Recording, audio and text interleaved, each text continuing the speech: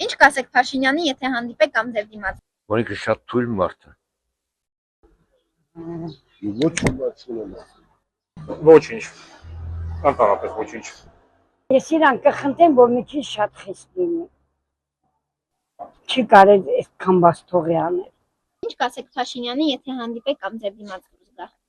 Փաշյանը հենց այդ մասը կասե, որ քրիստոնեությունը Աստծո մեկ բոլորս պատասխան եք տալ Աստծո առաջ։ Կարողանանք մեր մեղքերվան թեթևացնել, ոչ թե ավելացնել, այլ թեթևացնել։ Առաջին հերթին կասեմ թոշակները բացացրու 45,000-ով ոնց ապրեմ։ 30 տարվա մանկավարժ եմ, հիմա էլ անցել եմ թոշակի, ոնց ապրեմ, ասա, թեկուզ ամուսինս էլ մահացել է, տղա ունեմ առանձին, այդպես չի լինի, միջև երբ։ Դեմ դիմաց դուրս գալ կասեմ, որ մի քիչ ժողովրդի մասին մտածի։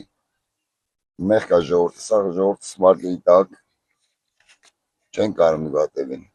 Նենց անենք, որ ժողովրդը մի քիչ լավ լինի, թոշակները բարձնի, աշխատավարձները բարձնի։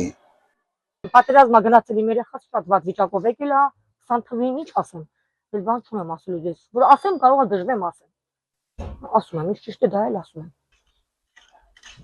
Կխնդրեի, որ ինձ նպաստ տրամադրեր։ Միայնակ մայր եմ, բայց նպաստ չեք ստանում։ Ես չէի ուզի բարձրաձայնել, բայց բաներ կան, որ ասեն խոսքի պետք չի ինքը բարձրաձայնի, անեն ներքին ձևով, պետք չի, ամբողջ աշխարհում կա սխալներ, բայց պետք չի, որ ասեն խոսքի թշնամին լսի մեր սխալները, այդքան բան կասեն։ Գիտեմ էլ հանդիպի,